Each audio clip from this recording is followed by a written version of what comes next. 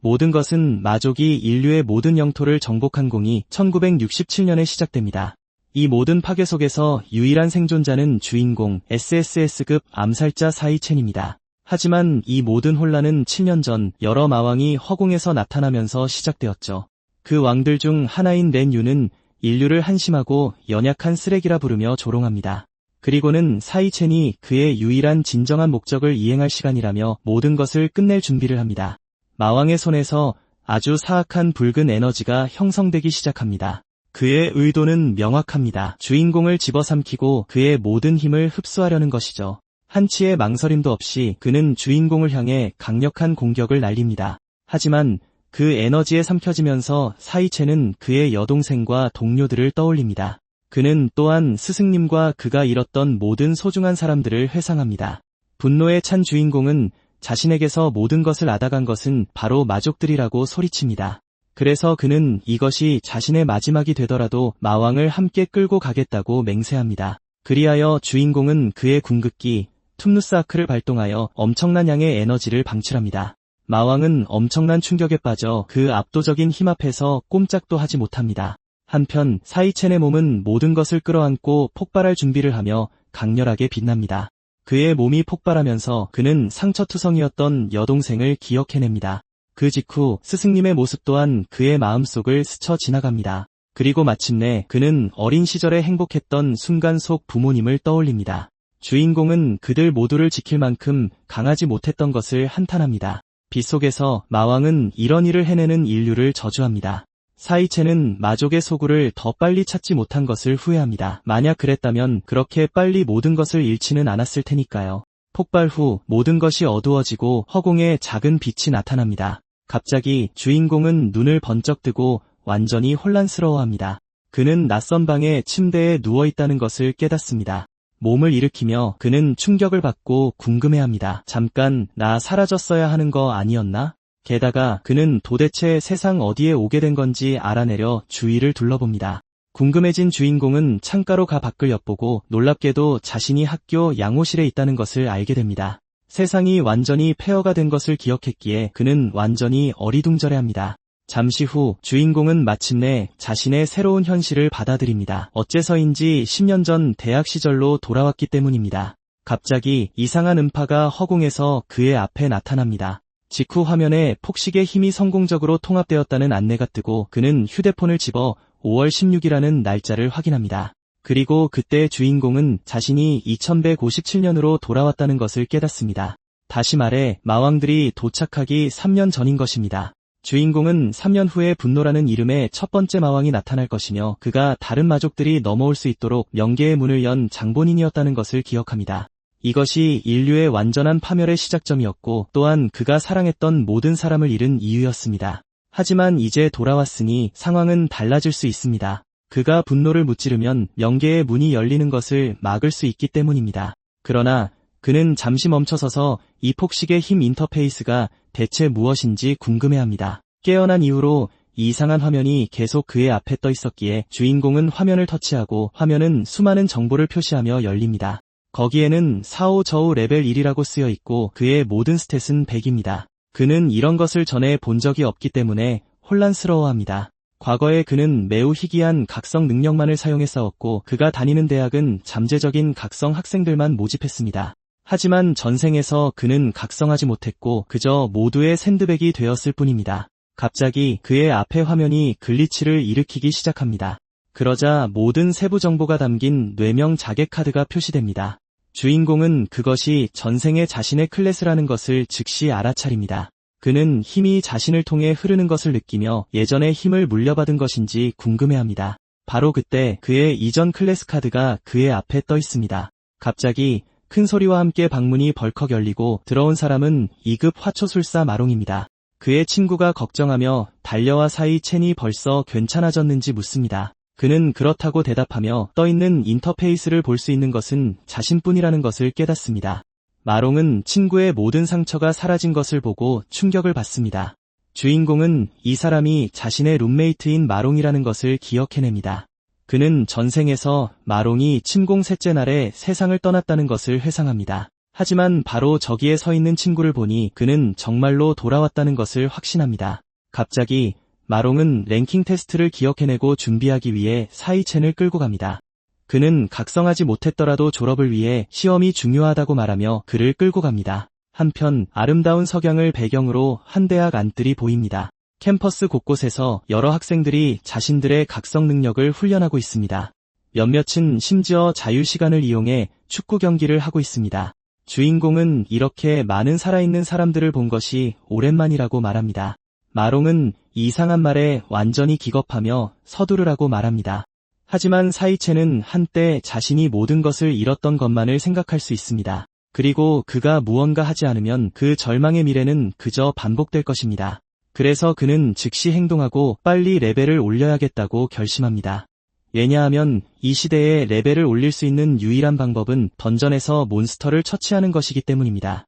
문제는 거의 모든 마족 던전이 주요 길드에 의해 통제된다는 것입니다. 그래서 주인공은 자신의 스탯을 보며 다른 각성 학생들과 비교했을 때 자신이 어느 정도인지 생각해봅니다. 그의 경험을 바탕으로 그는 시험에서 자신의 등급이 어떨지 추측해봅니다. 그리고 친구를 보며 그는 자신이 친구보다 훨씬 강하다고 확신합니다. 하지만 어디선가 농구공이 날아와 마롱의 얼굴을 정통으로 때립니다. 충격으로 불쌍한 친구는 무엇에 맞았는지도 모른 채 바닥에 쓰러집니다. 그 직후 계단에 앉아있던 한 무리의 녀석들이 그 둘을 알아봅니다. 그들의 리더는 지난번보다 꽤 빨리 회복했다고 말합니다. 마롱은 잔뜩 겁을 먹고 그냥 운이 정말 나빴다고 말합니다. 한편 주인공은 그저 그 불량배 무리를 노려보며 서 있습니다. 그들의 리더는 씩 웃으며 그 두 녀석이 꽤 맷집이 좋다고 말했었다고 합니다. 그러고는 자기가 경기할 걸 알았으면 음료수라도 사왔어야지 라며 불평합니다. 마롱은 당황해서 즉시 달려가 음료수를 사오겠다고 말합니다. 하지만 주인공은 그를 막으며 전혀 그의 잘못이 아니라고 말합니다. 불량배를 보며 주인공은 과거의 몇 가지를 기억해내기 때문입니다. 그는 그 녀석들이 자신을 돕는 것이라며 머리를 물속에 처박던 때를 기억합니다. 그 당시 그 불량배와 그의 패거리는 그를 무자비하게 구타했습니다. 그리고 그가 무서워했음에도 불구하고 마롱은 항상 그를 보호하려 했지만 별 소용이 없었습니다. 저우정이라는 이름의 그들의 리더는 왜 멈춰야 하냐고 묻기까지 했습니다. 그에 따르면 그것은 주인공의 각성을 촉진하는 데 도움이 되는 것이었고 주인공이 고통받는 동안 다른 멍청이들은 그 상황을 비웃기만 했습니다. 그가 기절한 후 녀석들은 지루해져서 그냥 떠났습니다. 그러면 마롱은 바닥에 만신창이가 되어 쓰러진 친구를 도우러 달려오곤 했습니다. 주인공은 왜 그들이 자신들을 절대 내버려 두지 않는지 궁금해하며 울곤 했습니다. 이 기억을 통해 그는 악이 마족 던전에만 존재하는 것이 아님을 깨닫습니다. 그것은 바로 여기 그들 같은 녀석들이 있는 인간 세계에도 있습니다. 현재로 돌아와 저우정은 음료수를 가져왔어야 했다고 반복합니다. 마롱은 다시 한번 겁에 질려 당장 사러 가겠다고 제안합니다. 하지만 주인공은 그를 막으며 사과해야 할 사람은 바로 그들이라고 말합니다. 그 불량배는 이 새로운 태도를 전혀 이해하지 못하고 혼란스러워합니다. 마롱은 절박해져서 주인공이 도대체 무슨 말을 하는 거냐고 묻습니다. 그때 공챙 2급 화초전사가 손을 빛내며 다가옵니다. 하지만 주인공은 차갑고 단호한 눈빛으로 그를 쏘아봅니다. 그는 이 녀석이 오직 그의 형 때문에 강한 척한다는 것을 기억합니다. 한편 수군거리는 구경꾼들은 이미 그 싸움에 대해 한마디씩 하기 시작합니다. 그들은 그 둘을 학교에 쓸모없는 약골들이라고 부르며 조롱합니다. 궁정은 우리 주인공의 얼굴 바로 앞에 서서 전혀 친근해 보이지 않습니다. 그리고 위협적인 어조로 우리 주인공이 방금 한 말이 무엇이었는지 묻습니다. 주인공은 그저 그들을 귀찮게 하지 말라고 말합니다. 그 불량배는 격분하며 주먹을 휘두르면서 한 대 더 맞아야겠다며 소리칩니다. 하지만 우리 주인공은 터무니없을 정도로 쉽게 공격을 막아냅니다. 주먹은 공중에서 멈추고 궁정은 완전히 얼어붙습니다. 지켜보던 군중은 방금 일어난 일을 믿을 수 없다는 듯 입을 떡 벌립니다. 결국 그곳의 모든 사람들은 주인공이 아직 각성조차 하지 않았다는 것을 알고 있었습니다. 짜증이 난 불량배는 우리 주인공에게 욕을 하며 감히 자신에게 도전하냐고 묻습니다. 그러자 주인공은 시익 웃으며 그 불량배에게 자신의 새로운 힘을 시험해 보겠다고 말합니다. 전직이 완료되고 그는 강화된 능력치를 가진 전기 암살자가 됩니다. 마롱은 턱이 빠질 듯 놀라며 친구가 언제 각성했는지 묻습니다. 한편 주인공은 몸 주위에 노란 번개를 내뿜으며 서 있습니다. 궁정은 동요하지 않고 그의 불멸의 마갑을 활성화합니다. 그리고는 주먹 맛이 어떤지 보여주겠다며 소리치고 돌진합니다. 하지만 우리 주인공은 가볍게 피하고 재빠른 반격을 준비합니다. 그리고 깔끔한 주먹으로 불량배의 얼굴에 정통으로 한 방 먹입니다. 그 충격이 너무 강해서 그 남자는 날아가 버립니다. 군중과 마룽은 믿을 수 없는 장면에 완전히 충격에 빠집니다. 땅에 쓰러진 궁정은 욕을 하며 주인공이 비겁한 수를 썼다고 비난합니다. 그러고는 친구들에게 그냥 서서 구경만 할 거냐고 소리칩니다. 하지만 그들 중 한 명은 주인공이 이제 꽤 위협적으로 보여서 겁에 질려 거의 말을 하지 못합니다. 이를 본 다른 불량배는 격분하여 그를 끝장내겠다며 소리치며 돌진합니다. 하지만 주인공은 쉽게 그 남자의 팔을 잡아 공격을 막고 노랗게 빛나는 손으로 불량배의 손목을 비틀자 그는 고통의 비명을 지릅니다. 주인공은 그를 쏘아보며 상대하기엔 너무 약하다고 말합니다. 다음으로 그는 그 남자의 얼굴 한가운데에 강력한 주먹을 날립니다. 그 일격의 힘이 너무 강해서 둘 다 뒤로 날아갑니다. 불량배는 콘크리트 벤치에 부딪혀 완전히 기절하고 얼굴이 엉망이 된 채로 미동도 없이 땅에 쓰러져 있습니다. 이를 본 다른 패거리들은 꼬리를 내리고 도망칩니다. 마룽은 여전히 입을 떡 벌린 채로 서서 방금 일어난 일을 믿지 못하고 있습니다. 그는 친구가 언제 그렇게 엄청나게 강해졌는지 궁금해합니다. 주인공은 자신의 능력치를 보고 몇 가지 빠른 결론을 내립니다. 첫째는 원할 때마다 전기 암살자로 변신할 수 있다는 것입니다. 그리고 둘째는 1레벨임에도 불구하고 이미 2랭커보다 강하다는 것입니다. 하지만 그의 정확한 랭크는 아직 미스터리이며 싸움 후에도 능력치가 조금도 오르지 않았다는 또 다른 문제가 있습니다. 그는 경험치를 얻으려면 상대를 끝장내야 하는 건지 궁금해합니다. 한편 마룽과 군중은 그를 멈추라고 필사적으로 소리칩니다. 하지만 주인공은 그들을 무시하고 불량배의 목에 번개 칼날을 갖다 댑니다. 경험치를 얻는 방법이 과거와 같은지 궁금하기 때문입니다. 그리고 망설임 없이 그는 그 남자의 목숨을 완전히 끝내려 준비합니다.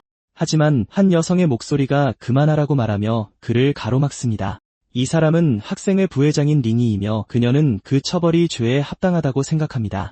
그녀는 심지어 이 일이 있고 나면 그 남자가 다시는 그에게 손끝 하나 대지 않을 것이라고 보장합니다. 그래서 우리 주인공은 불량배를 놓아주고 그는 만신창이가 되어 의식을 잃은 채 땅에 쓰러집니다.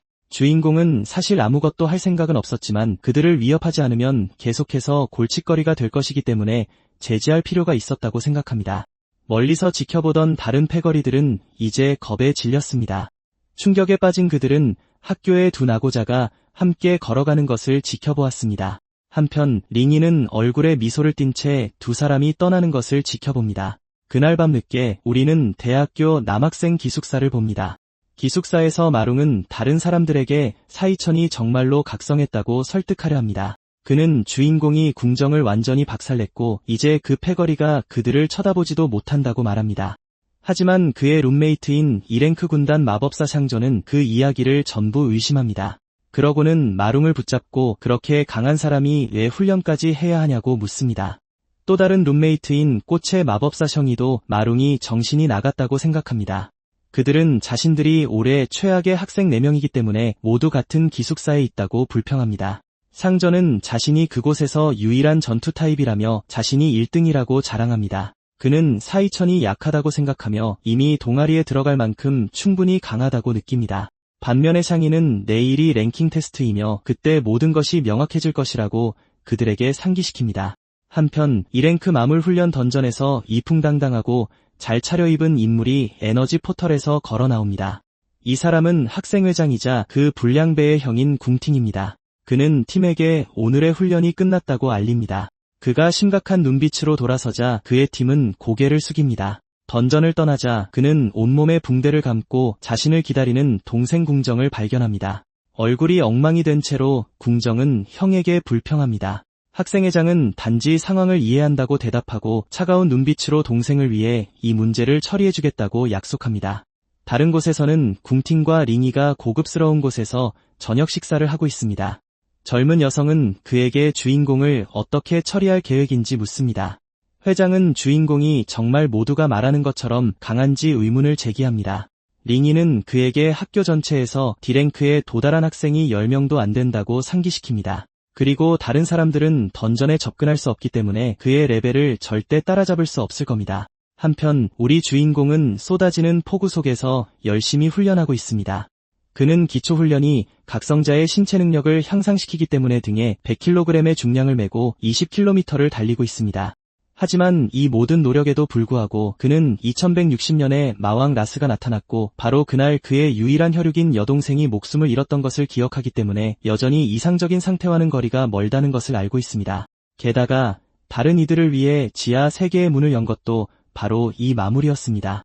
비에 흠뻑 젖은 얼굴로 주인공은 첫 번째 주요 목표를 세웁니다. 그것은 바로 마왕 라스를 쓰러뜨리는 것입니다. 왜냐하면 그는 그 마왕이 앞으로 3년 동안 더 강해질 것이라는 것을 알기 때문입니다.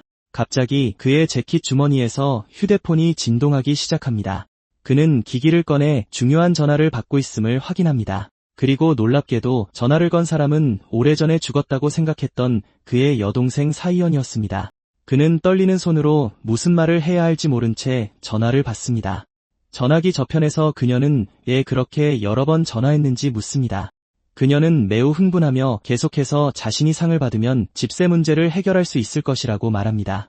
하지만 그녀는 그의 침묵을 알아차리고 왜 아무 말도 하지 않는지 묻습니다. 눈물을 글썽이며 주인공은 아무것도 아니라고 생각합니다. 그러고는 그는 단지 오랜만에 그녀의 목소리를 들어서 그렇다고 말합니다. 그의 여동생은 혼란스러워하며 이틀 전에 봤다고 말하고는 서둘러 전화를 끊습니다. 통화 후 주인공은 이제 모든 것이 정말로 다시 시작되었음을 이해합니다.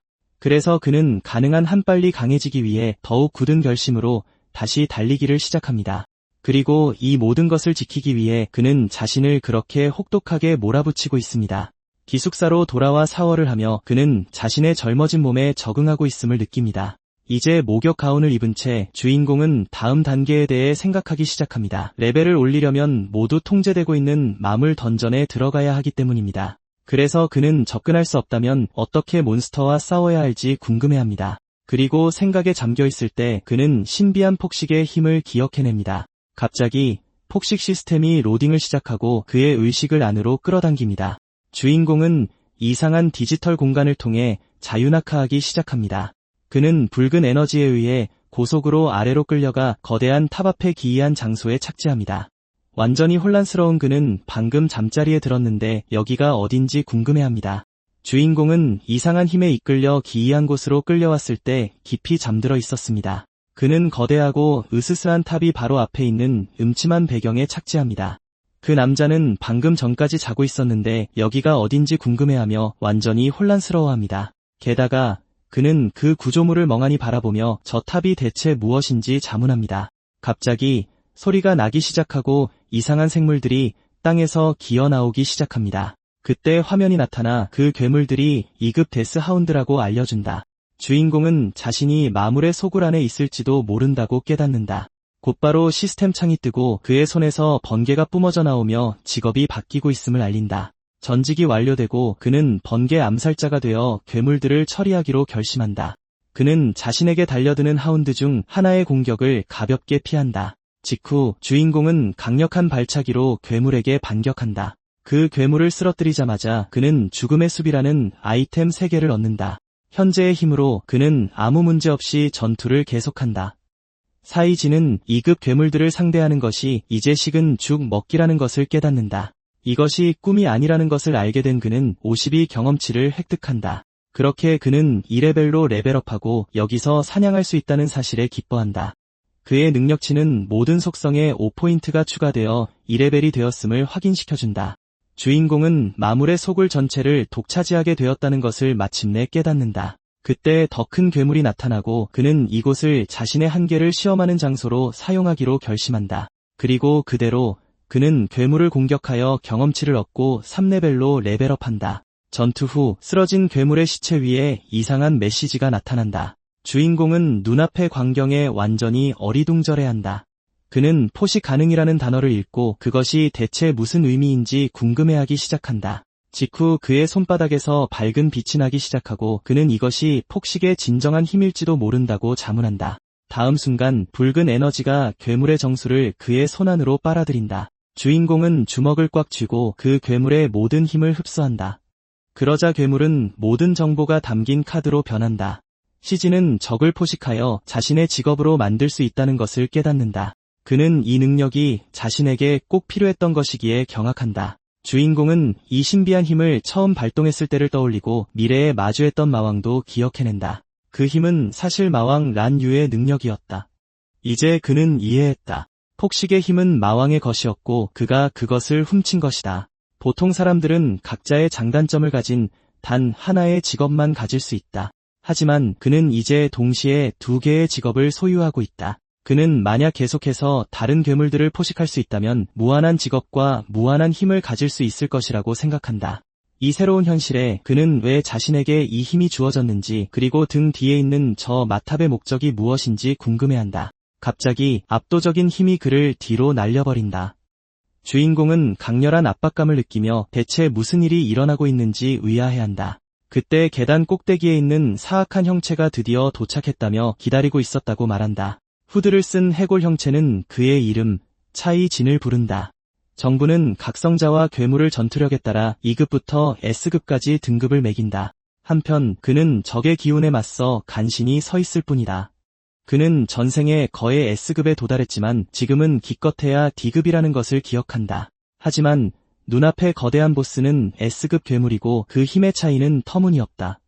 시진은 이런 소굴에 어떻게 자신의 이름을 아는 강한 괴물이 있는지 이해하지 못한다. 몇 번이나 합을 겨룬 후에도 그는 적에게 끝낼 기회가 많았다는 것을 안다. 하지만 괴물은 그를 세게 쳤을 뿐 주인공은 날아가 버린다. 바닥에 누워 그는 적이 급소를 피하고 그저 자신을 다시 쓰러뜨릴 뿐이라는 것을 깨닫는다. 보스는 그를 쏘아보며 계속 저항할 거냐고 묻는다. 온몸이 멍투성이가 된 채 그는 괴물이 항복하길 원한다는 것을 이해한다. 그 존재는 그에게 선택지를 제시한다. 자신과 함께 마탑을 지키라는 것이다. 하지만 결연한 표정으로 주인공은 이 지옥 구덩이에 머물 생각은 추호도 없다고 생각한다. 결국 보스는 그의 몸을 그대로 꿰뚫는 빗줄기로 그를 공격한다. 주인공은 방금 입은 심각한 상처에 완전히 충격받는다. 괴물은 그가 제거되지 않을 거라 생각했냐고 물으며 여기까지 올 수 있는 유일한 자였기에 참아줬을 뿐이라고 말한다. 직후 보스의 에너지가 퍼져나가 쓰러진 괴물들에게 들어가기 시작한다. 보스는 어두운 에너지를 방출하며 마지막으로 묻는다. 그는 선택지를 준다. 남거나 무자비하게 짓밟히거나. 하지만 몸에 번개가 흐르는 주인공은 이미 마음을 정했다. 그는 자신의 선택은 바로 지금 여기서 이 괴물을 끝장내는 것이라고 외친다. 그 괴물은 모든 것이 우습다는 듯 무기를 손에 들고 돌진한다. 그는 보스의 공격을 막아내고 자신감 있는 표정으로 다음 움직임을 준비한다. 싸우는 동안 그는 적의 패턴을 알아챘기 때문이다. 매 공격 전 괴물은 0.4초의 시간이 걸린다. 이것은 그가 궤도를 예측하고 성공적으로 칼날을 피할 수 있게 해준다. 게다가 매 공격 후에는 0.2초의 딜레이가 있다. 그래서 그는 적이 무방비한 그 틈을 노릴 것이다. 그리고 번개의 칼날로 주인공은 보스의 심장을 꿰뚫는다. 치명상은 아니지만 그 공격은 괴물을 몇 초간 마비시킨다. 적이 너무 빠르기 때문에 그는 뇌신을 발동시켜 벗어난다. 그 몇 초가 탈출에 필요한 전부이기 때문이다. 달리면서 그는 그 장소의 유일한 광원을 계속 지켜보고 있었다고 말한다. 그리고 가까워지자 주인공은 출구를 향해 손을 뻗는다. 하지만 놀랍게도 광원은 그냥 사라져버린다. 보스는 그것이 단지 환상이었으며 이곳은 소굴이 아니라고 밝힌다. 보스는 그가 자신의 빈틈을 그렇게 빨리 찾아낸 것에 감탄한다. 그는 자신을 S급 전사 연옥 나찰이라고 밝힌다. 주인공은 이 형태를 마왕 란유에게서 본 것을 알아챈다. 괴물은 절망 속에서도 모든 것을 분석할 수 있다고 말한다. 이것은 그가 마왕과의 마지막 전투를 기억나게 한다. 그날 란유는 강력한 얼음 악마로 변신했고 또한 거대한 얼음용으로 변해 그를 무자비하게 공격했다. 그는 마왕이 촉수가 사방에 널린 식물 형태와 엄청난 힘을 가진 빛의 생물체를 포함한 다양한 상위 직업으로 바꾸는 것을 기억한다. 주인공은 그 모든 다른 형태들을 아주 잘 기억하며 그중 하나가 바로 눈앞의 괴물과 똑같았다고 확신한다. 그것은 그가 싸우고 있던 나찰의 모습과 정확히 일치했다. 시진은 그 나찰이 폭식의 힘에 의해 포식되었다는 것을 알아낸다. 그리고 이제 그 힘이 자신의 몸 안에 있기 때문에 그는 이 장소 전체가 자신의 내부에 있다는 것을 이해한다. 괴물은 그의 예리한 정신을 칭찬하며 그가 그곳의 모든 것을 받을 자격이 있다고 선언한다. 주인공은 혼란스러워하며 그가 무슨 뜻으로 그런 말을 하는지 궁금해한다. 갑자기 공허의 열쇠라 불리는 SS급 열쇠가 나타난다. 나찰은 이것이 마탑의 열쇠라고 말한다. 그는 란유에게 포식된 가장 강한 악마들이 그 안에 봉인되어 있다고 밝힌다. 괴물은 그에게 다른 악마들을 포식하고 그들 모두를 연료로 사용하라고 말한다. 주인공은 열쇠를 받고 애 자신을 돕는지 묻는다. 그는 악마들 사이에도 선과 악이 있으며 마왕이 자신의 동족을 학살했다고 설명한다. 그것이 그가 복수를 기다려온 이유이며 이제 그가 유일한 기회이다. 시즈는 혼란스러워하며 그가 누구에 대해 말하는지 묻지만 나찰은 모든 답이 탑 안에 숨겨져 있다고만 말한다. 괴물은 시즌이 마왕들에게 대가를 치르게 할 수 있도록 자신의 힘을 제공한다. 그는 놀라서 자신의 귀를 의심하며 그 제안을 되묻는다. 나찰은 이제부터 그가 막을 수 없는 존재가 되어야 한다고 외친다. 그는 안의 악마들이 자신처럼 쉽지 않을 것이라고 경고한다. 그렇기에 그는 모든 것을 견디고 그들 모두를 정복하여 세상의 정상에 도달해야 한다. 마침내 예외 없이 모든 마왕을 포식할 때까지. 그만한 결에 그런 꺾이지 않는 의지를 가진 남자만이 그의 힘을 받을 자격이 있기 때문이다. 그리고 그와 함께 괴물은 사라진다. 나찰의 에너지가 떠올라 주인공의 손으로 들어간다. 그러자 시스템은 그가 힘을 포식하고 10레벨로 레벨업했다고 알린다. 진지한 표정으로 주인공은 모든 것을 이해하고 괴물의 의지를 받아들입니다. 그러자 나찰의 카드가 나타나고 그는 왕들에게 대가를 치르게 하겠다고 맹세합니다. 그 모든 일이 끝난 직후 주인공은 마침내 자신의 방에서 깨어납니다. 모두를 깨우는 시끄러운 소리와 함께 주인공은 천천히 눈을 뜹니다. 그는 침대에서 일어나 앉아 방금 일어난 일을 이해하려고 했습니다. 한편 그의 룸메이트들은 시험에 늦지 않기 위해 분주하게 움직이고 있습니다. 자신을 살펴보던 그는 상처가 사라진 것을 보고 모든 것이 꿈이었는지 궁금해합니다. 하지만 그가 얻은 전리품까지 함께 돌아온 것을 보면 그의 시스템 창은 그것이 현실이었음을 증명합니다. 이제 레벨 10의 모든 스탯이 150이 된 그는 자신의 등급이 무엇일지 궁금해합니다. 갑자기 상저가 다가와 조롱하는 말투로 그의 이름을 부릅니다. 그는 비웃으며 사이천이 엄청나게 강해졌다는 소문을 들었다고 말합니다. 그의 친구 마롱은 그 조롱을 들으며 잔뜩 긴장합니다. 상저는 그가 기숙사 최강자 자리를 빼앗으려 한다고 비난합니다. 진지한 표정으로 주인공은 등급 시험으로 자신에게 도전하는 남자를 쏘아봅니다. 가는 길에 상저는 다른 사람들에게 과시하며 간식을 먹습니다. 그는 여기 있는 모두가 2급 하위지만 자신은 2급 중이라고 설명합니다. 차트를 통해 각 등급이 3단계로 나뉘며 그 차이가 엄청나다는 것을 보여주고 상저가 자신의 등급이 올랐을 거라고 자랑하는 동안 일행은 시험장으로 향합니다. 가까워지자 친구 마롱은 그 건방진 녀석을 겁주기 위해 D급을 노려보라고 격려합니다. 주인공은 친구의 제안에 대해 속으로 생각하며 대학 안뜰을 계속 걸어갑니다. 곧 모든 학생들이 시험식을 위해 무대 앞에 모입니다. 하지만 상저는 공청의 무리가 다가오는 것을 보고 겁을 먹습니다. 위협적인 표정으로 부하 중 한 명이 가까이 오지 않는 게 좋을 거라고 말합니다. 갑자기 상저와 마롱은 그들이 자신들을 똑바로 쳐다보자 겁을 먹습니다. 주인공은 주시당하면서도 차분한 표정으로 그냥 서 있습니다. 그러자 부하들은 겁에 질려 식은땀을 흘리기 시작합니다. 잠시 후 그들은 달려와 사이천 형님에게 절을 합니다. 상저는 그들이 왜 그렇게 공손한지 의아해하며 충격받습니다. 한편 주인공은 그들에게 별 신경 쓰지 않고 지나갑니다. 갑자기 도발적인 말투의 목소리가 그의 주의를 끕니다. 이 사람은 사건에 대해 들은 학생회 임원 장잔입니다. 그는 공청이 학생회장 공팅의 남동생이라는 점을 지적합니다. 멀리서 사이천의 친구들은 학생회의 장잔을 알아봅니다. 그들은 그 남자가 강력한 D급이고 회장의 오른팔이기 때문에 걱정합니다. 장자는 멀리서도 강한 사람을 알아보는 뛰어난 후각을 가졌다고 말하지만 가까이 다가와서는 주인공에게서 한심한 악취밖에 나지 않는다고 말합니다. 그러자 주인공은 차분하게 그가 무슨 개라도 되냐고 묻습니다. 그 남자는 되받아치는 말에 격분하여 방금 뭐라고 했냐고 소리칩니다. 갑자기 진지한 목소리가 장잔에게 즉시 멈추라고 말합니다. 학생회장 공팅인데 그는 이미 일어난 일의 세부 사항을 조사했다고 말합니다. 그는 잘못된 일을 한 것에 대한 대가를 치르는 것이 공평할 뿐이라고 말하며 계속 걸어갑니다. 그리고 차가운 시선으로 그는 주인공을 지나치며 힐끗 쳐다봅니다. 주인공은 차갑고 단호한 표정으로 회장을 마주봅니다.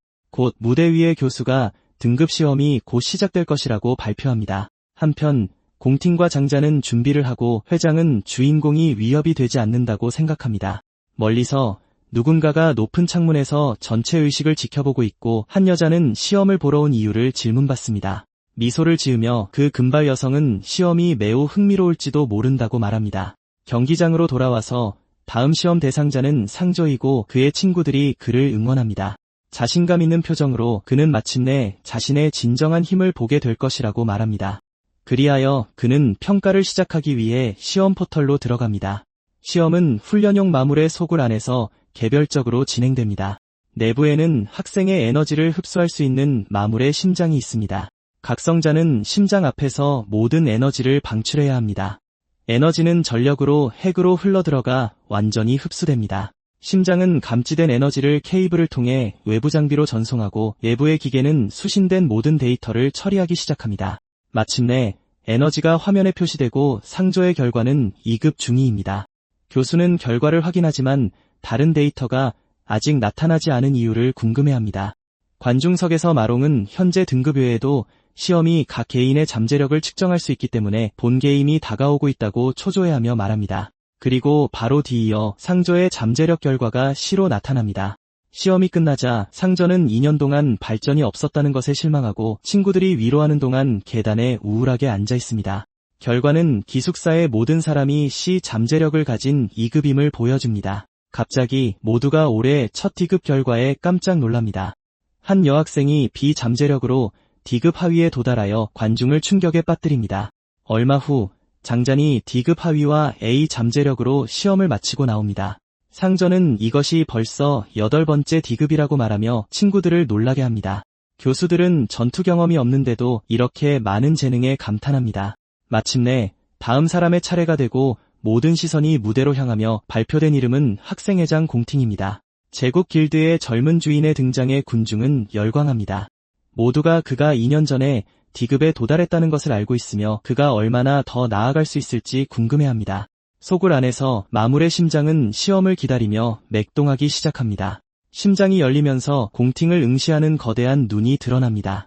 회장은 우월감에 찬 태도로 다가가 심장에 손을 댑니다. 그는 졸업식에서 큰 파장을 일으키기 위해 힘을 좀 아껴둘 생각이지만 그럼에도 불구하고 학교 역사상 1등이 되겠다고 맹세합니다. 곧 측정기가 회장의 시험 결과를 보여주기 시작합니다.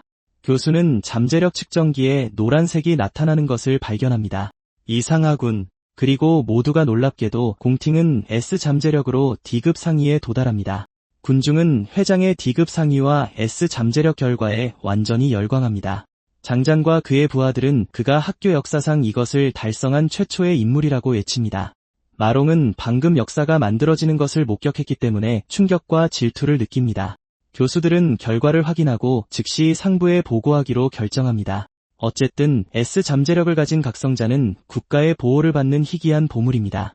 공팅은 인상적인 결과에 모든 영광을 누리며 그저 비웃을 뿐입니다.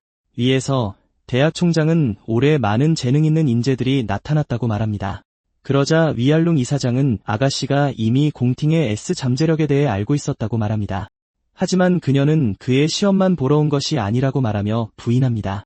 미소를 지으며 그녀는 다른 누군가의 활약에 더 기대하고 있다고 말합니다. 그리고 바로 그렇게 다음 시험 대상자가 경기장에서 모두가 들을 수 있도록 발표됩니다. 사이천이라는 이름이 그곳에 울려 퍼지고 그는 자신의 차례를 준비합니다. 장잔이 다가와 주인공에게 기숙사의 명예를 가져다 달라고 말하고 웃으며 결과가 또 다른 2급 하위가 아니기를 바란다고 외칩니다. 그는 심지어 기숙사의 모두를 졸업식에서 망신거리가 될 약골이라고 부릅니다. 마롱은 참지 못하고 사이천이 그의 힘으로 깜짝 놀라게 할 것이라고 소리칩니다. 주인공은 조롱에 아랑곳하지 않고 시험 포털로 들어갑니다. 관중석에서 상조는 그가 정말로 해낼 수 있을지 걱정하며 지켜봅니다. 소굴 안에서 주인공은 평가를 받기 위해 마물의 심장 앞에 떠 있습니다. 심장의 거대한 눈이 열리고 주인공을 쳐다보며 놀란 듯 보입니다. 강렬한 시선으로 주인공은 두려움 없이 마물의 심장을 마주봅니다. 대부분에게 자신의 가치를 증명할 유일한 기회는 졸업 전투 평가입니다. 1위를 차지하는 분대는 모든 구성원이 제국 길드에 채용될 것입니다. 그래서 등급시험은 단지 모두의 등급을 결정하기 위한 것이 아닙니다. 장자는 그의 팀의 새로운 멤버로 옐린이라는 이름의 D급 하위를 소개합니다. 그와 함께 회장의 10인 팀은 9명의 D급으로 완성됩니다. 따라서 이 시험은 평가전을 위한 최고의 팀원을 찾는 데 매우 중요해집니다. 이런 환경에서는 필연적으로 더 강한 팀이 나타나고 MVP는 회장이 될 것입니다. 그리고 물론 가장 강한 팀과 함께 가장 약한 팀도 꾸려지죠. 마롱은 걱정하며 시천이 저 안에 얼마나 있었는지 궁금해합니다.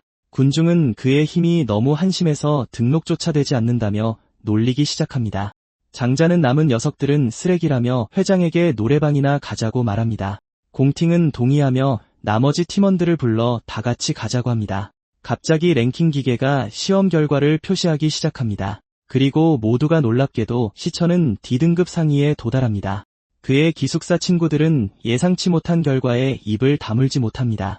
마롱은 자기 친구가 원래 강했다는 걸 알고 있었다며 흥분해서 소리칩니다.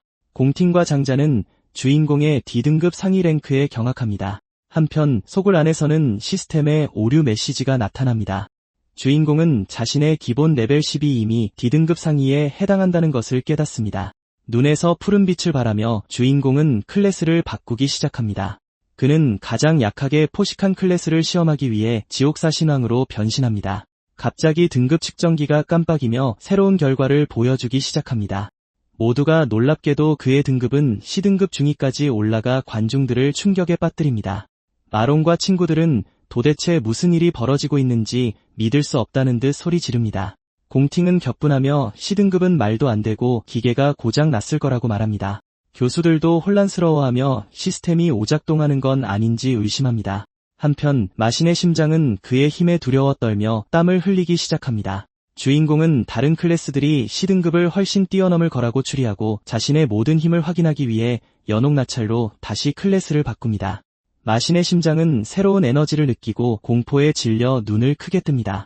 갑자기 하늘이 어두워지고 보라색 구름이 거대한 소용돌이를 만듭니다. 모든 학생이 하늘의 기이한 현상에 겁을 먹고 올려다봅니다. 공팅과 장자는 무슨 일이 벌어지고 있는지 이해하지 못하고 말을 잃습니다. 시천의 친구들은 그들의 기숙사에서 신성한 괴물이 태어났다고 말합니다. 한편 잠재력 측정기가 오류를 일으키며 새로운 결과를 보여주기 시작합니다. 그리고 모두가 경악하게도 주인공의 잠재력은 S등급에 도달합니다. 교수는 어떻게 또 다른 S급 잠재력이 있을 수 있는지 의아해하며 충격에 빠져 소리칩니다. 공팅은 눈앞의 광경에 완전히 압도되어 말을 잃습니다. 그리고 바로 뒤이어 측정기는 S급 결과와 함께 위험 경고를 표시합니다. 잠재력 측정기가 오작동하기 시작하며 시스템 오류를 보여줍니다. 곧 잠재력은 감지할 수 없게 되고 시스템의 최대 부하를 초과합니다. 장자는 엄청난 충격에 코피를 흘리며 절망적으로 비명을 지릅니다. 그리고 그대로 측정기는 대형 스크린과 함께 산산조각 나 폭발합니다. 교수들은 마신의 심장이 과부하에 걸렸다며 소리치며 기겁합니다. 그들은 학생에게 아무 일도 없도록 소굴 안으로 달려갑니다. 안에서 교수는 발견한 광경에 충격을 받습니다. 마신의 심장은 완전히 생명력을 잃고 파괴되었습니다. 교수들은 심장이 과사용으로 타버린 건 아닌지 의아해합니다. 주인공은 자신이 힘을 너무 과하게 써서 실수로 심장을 부쉈다고 생각합니다. 그는 포식의 힘이 기계의 핵마저 먹어치울 수 있다는 것을 깨닫습니다. 절묘한 마신의 심장을 활성화하고 눈을 빛내자 주인공은 이제 모두의 진짜 등급을 볼 수 있게 됩니다. 녹색 빛으로 눈을 빛내며 군중을 분석하고 그렇게 공팅 또한 진짜 실력을 숨기고 있었다는 것을 발견합니다. 교수는 오늘의 시험은 중단되며 사이천의 데이터는 시스템 오류일 가능성이 높다고 발표합니다. 친구들은 데이터 따위는 신경 쓰지 않는다며 그를 천재라고 부르며 둘러쌉니다. 장잔이 다가와 모든 것이 기계 고장이었다는 건 명백했다며 화를 내며 주인공이 심장을 부수고 책임을 회피한다고 비난합니다. 손에서 노란 번개를 터뜨리며 주인공은 장잔의 팔을 잡습니다. 그는 저 녀석이 정말 골칫거리라고 생각하며 불구로 만들어버릴까 고민합니다. 하지만 공팅은 장잔에게 그만하고 새로운 팀원에게 무례하게 굴지 말라고 말합니다. 그 남자는 회장 입에서 나온 팀원이라는 말에 충격을 받습니다. 그러자 공팅은 주인공에게 자기 팀에 들어오라고 제안합니다. 그는 심지어 역사상 최고 점수가 그들의 것이 될 것이라고 약속합니다. 관중석에서 마롱은 회장이 직접 시천을 초대했다는 사실에 깜짝 놀랍니다. 한편 장자는 그가 합류하면 누군가 쫓겨날까 봐 걱정합니다. 게다가 주인공이 무슨 자격으로 팀에 들어오는지 궁금해합니다. 하지만 공팅 자신이 직접 말했기 때문에 거역할 수 없습니다. 그래서 억지 미소를 지으며 주인공을 팀에 환영합니다. 하지만 사이천은 그의 손을 뿌리치며 관심 없다고 말합니다. 갑작스러운 거절에 장장과 회장은 완전히 놀랍니다. 그 남자는 자기 팀이 학교에서 1등이라고 소리칩니다. 주인공은 그게 자신과 아무 상관없고 너무 시끄럽다고 말합니다. 장자는 너무 화가 나서 씩씩거립니다. 군중은 시천이 감히 회장의 초대를 거절했다는 것을 믿지 못하고 모두가 그가 1등을 독차지하고 싶어 한다고 추측합니다. 그의 친구들은 그 장면이 웃기다며 그의 배짱에 대해 한마디 합니다. 하지만 공팅은 시천 형님 나름의 생각이 있을 테니 괜찮다고 말합니다. 대학 안뜰에서는 시험이 끝난 후 몇몇 학생들이 한가롭게 돌아다닙니다. 위에서는 이알롱 이사장이 둘이 팀을 이루지 못한 것을 아쉬워하지만 금발 여성은 이렇게 보는 것이 더 흥미롭다고 말합니다. 그녀는 공팅이 금수저로 태어났으며 거절은 선전포고라고 설명합니다. 그녀 옆에 있던 젊은 남자는 회장이 상대하기 쉬운 사람이 아니라며 동의합니다. 장자는 여전히 분노하며 주인공이 오류 때문에 주목받았을 뿐이라고 말합니다. 공팅은 시험이 결국 잘못된 건 아니었는지 궁금해하며 자신의 1등 자리를 위협받지 않기로 결심합니다. 장자는 회장을 대신해 시천에게 교훈을 주겠다고 제안합니다. 공팅은 자신을 그렇게 좀스러운 사람으로 보냐고 묻고 그 남자는 사과합니다. 그는 노래방 갈 기분이 아니라며 다른 사람들에게 알아서 가라고 말합니다. 그리고 심각한 표정으로 그들이 무엇을 하든 자신과는 아무 상관이 없다고 말합니다. 장자는 그 뜻을 알아차리고 사악한 미소를 지으며 자신과는 아무 상관없는 일이라고 말합니다. 10분 후 그는 시천이 더 이상 학교에 없다는 것을 알게 됩니다. 한 부하가 주인공이 잠시 집에 간다고 말하는 것을 들었다고 그에게 알립니다. 음흉한 미소를 지으며 장자는 하늘이 자기 편이라는 것을 깨닫고 학교 밖에서 주인공을 처리하는 것이 더 편할 것이라고 결정합니다. 한편 주인공은 음악을 들으며 차분하게 길을 걷습니다. 그는 전생에 최고 수준의 길드팀이 사고를 당했던 것을 기억합니다. 소굴 안에서 그들은 전에 본 적 없는 강력한 악마와 마주쳤습니다. 이 악마는 분노였고 팀 전체를 전멸시키고 인간 세상에 강림했습니다. 이번 생에서 그는 분노의 소굴을 빨리 찾기 위한 계획을 세웠습니다. 그리고 시작하려면 그는 큰 돈이 필요합니다. 미스릴 몬스터 거래소는 미래의 국내 최대가 될 것이며 각성자 장비를 사고 파는 데 필수적입니다. 게다가 지금 당장 주인공이 현금을 얻을 수 있는 가장 빠른 방법입니다. 그는 감정사에게 송곳니 몇 개를 건네주고 감정사는 놀랍니다. 주인공은 그것들이 몬스터가 떨어뜨린 것이라고 설명합니다. 한 여직원이 그것들을 2등급 몬스터 아이템인 상센의 송곳니로 알아봅니다. 여자는 그 송곳니로 홀이나 가루를 만들 수 있다고 설명하지만 감정사는 그런 작은 2등급 아이템을 알아보지 못하는 건 당연하다고 말합니다. 그는 최근에 고레벨 고객이 거의 없다고 불평하며 무시하는 태도로 그 일을 신입에게 떠넘기기로 합니다. 그래서 그는 절차를 사오리에게 넘기고 몇 가지 핑계를 대며 자리를 뜹니다. 젊은 여자는 주인공에게 돈을 건네고 다른 필요한 것이 있는지 묻습니다. 18,000으로 그는 일단 월세 문제를 해결할 수 있습니다. 잠시 후 그의 손에서 보라색 에너지가 나오기 시작하고 그는 거대한 검을 소환하며 여자에게 한번 봐달라고 합니다. 그녀는 눈앞에 있는 거대하고 엄청나게 멋진 검에 감탄합니다. 그녀는 이런 건 본 적이 없지만 최소 B랭크나 A랭크는 될 것 같다고 말합니다. 감정사는 비웃으며 A랭크 무기는 수백만 가치가 있고 본 적도 없다고 불평합니다. 갑자기 정장을 입은 남자가 나타나 그 장비는 B랭크나 A랭크가 아니니 청년의 말이 맞다고 합니다. 감정사는 사장이 자신의 의견에 동의하는 줄 알고 기뻐합니다. 하지만 사장은 그 검이 연옥의 땅에서 왔으며 S랭크 아이템이라고 말합니다. 감정사와 젊은 여자는 방금 들은 것을 믿을 수 없다는 듯 충격에 빠져 비명을 지릅니다. 즉시 사장은 얼굴에 미소를 띤 채 주인공의 손을 잡고 기빈으로 환영하며 감정사를 어안이 벙벙하게 만듭니다. 그는 주인공을 VIP실로 초대하고 원하는 것은 무엇이든 요청하라고 말합니다. 주인공은 미소를 지으며 드디어 그가 나타났다고 생각합니다. 그리고 이곳 사장의 이름이 칭지라는 것을 알게 됩니다. VIP실 안에서 매니저는 기빈을 위해 특별 요리를 대접합니다. 그러자 칭지는 주인공에게 장비에 대한 계획이 무엇인지 묻습니다. 주인공은 침착하게 100만이 필요하다고 대답합니다. 매니저는 완전히 충격을 받고 겨우 100만이냐며 제대로 들은 게 맞는지 묻습니다.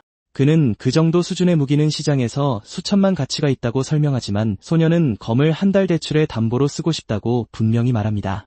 매니저는 대체 어떤 학생이 이런 생각을 할 수 있는지 의아해하며 할 말을 잃습니다. 그는 그 청년이 부잣집 도련님인지 아니면 천재인지 평범하지 않은 것만은 분명하다고 추측합니다. 주인공은 다음 달에 이자 10%를 더해 한 번에 모두 갚겠다고 말합니다. 매니저는 상황을 이해하고 직원에게 잠시 자리를 비워달라고 요청합니다.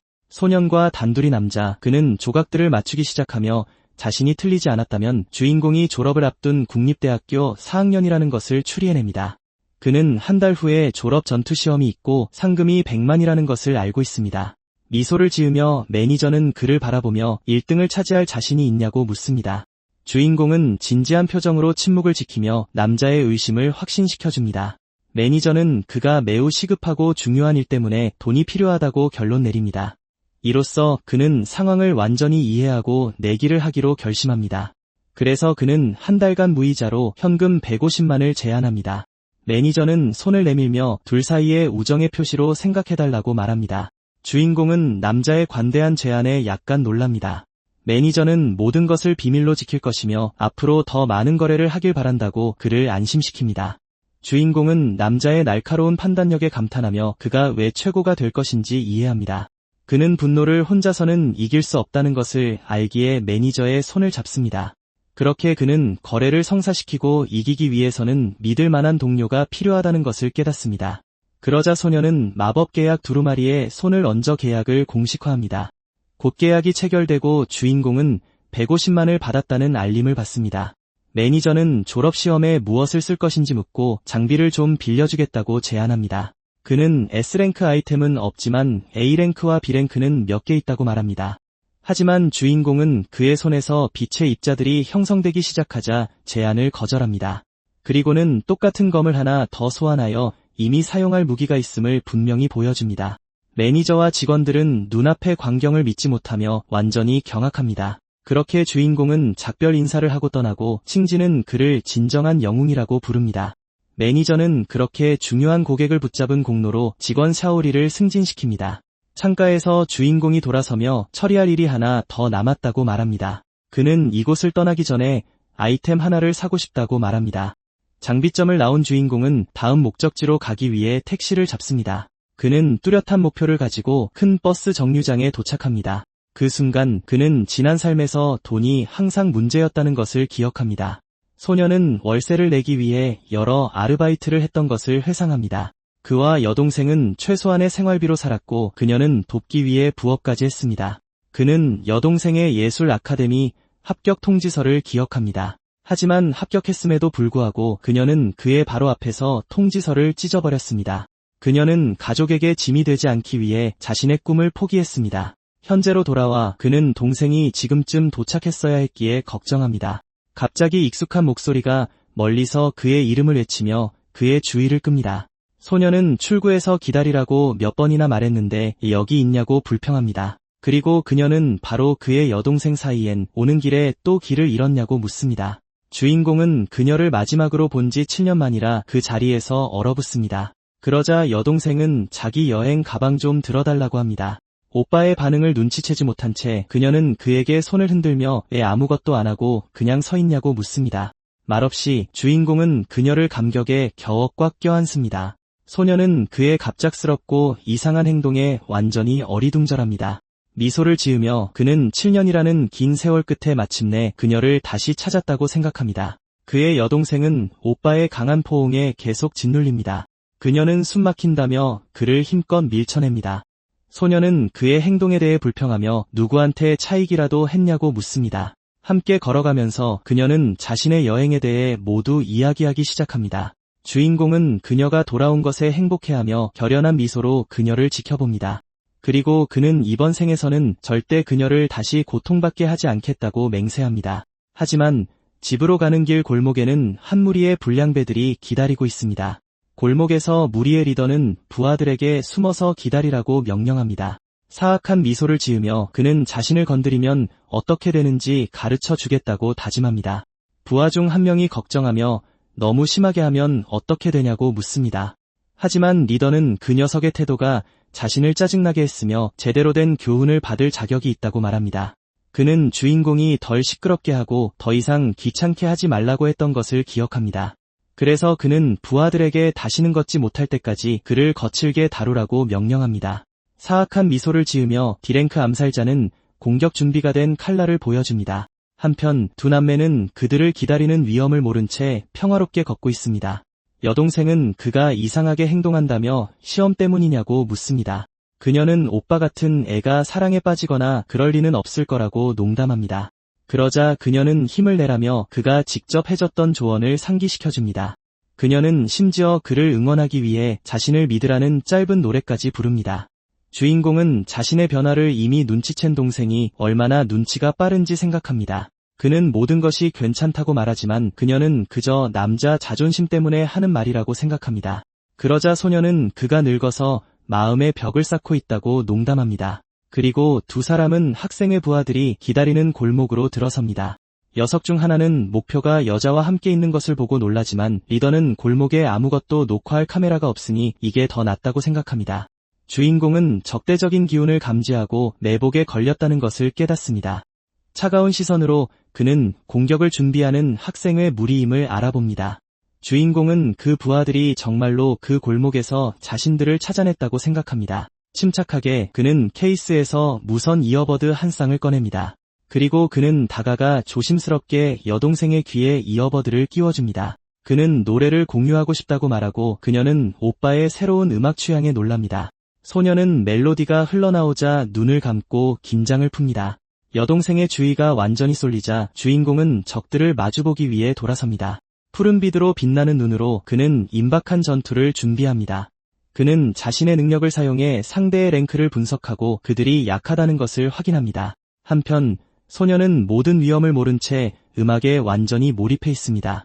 방망이와 다른 무기들을 든 불량배 무리가 그들 둘에게 다가옵니다.